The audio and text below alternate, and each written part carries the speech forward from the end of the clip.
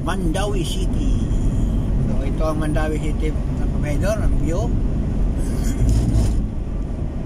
So napakainit dito sa Mandawi, Kabedor. So sa dulo ang Park Mall dito sa Mandawi, yung malaking mall din dito.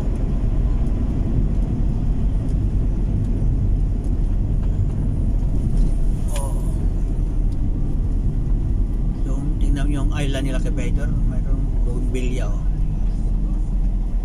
May mga bulaklak. So, na-action na kamatay yung mga tanim dito sa island.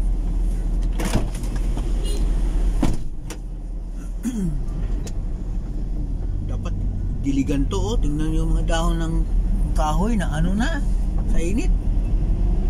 Hindi siguro itong nadiligan kanina. Ay. Idol Mayor, padiligan natin to. Sayang yung mga halaman dito sa island ng Isarpe.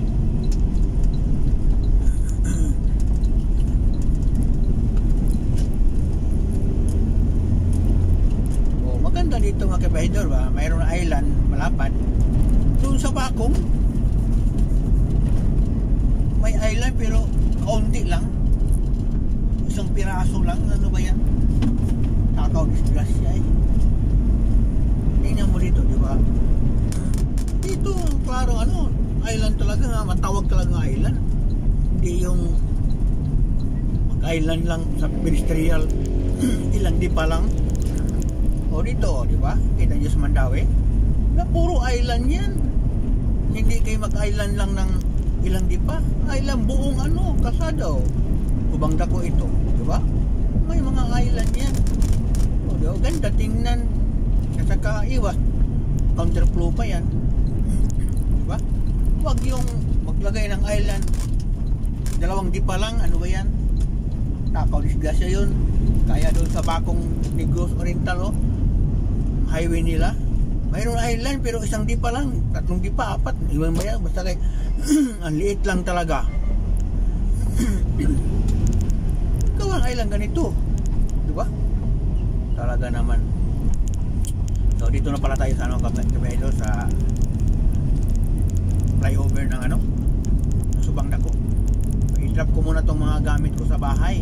Saka ko na to iuwi itong sasakyan kasi mahirap, ang dami kong dala. Kasi biro mo, ilang linggo ako sa biyahe. So hindi naman ako naglalaba, nagdala ko talaga ng mga damit. 3 bag to, di.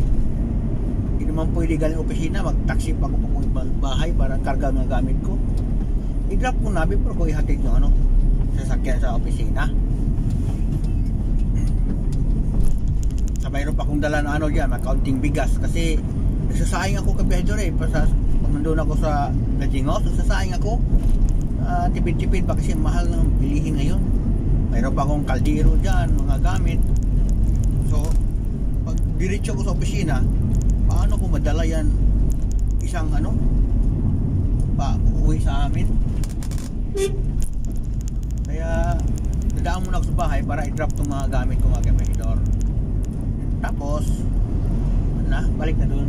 So uli na natin itong sasakyan kasi doon sa bahay wala, maparkingan talaga.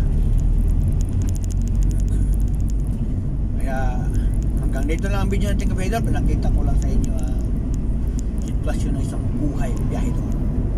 Nandito pa rin tayo sa Mandawi City, Subang Dako. Thank you for watching.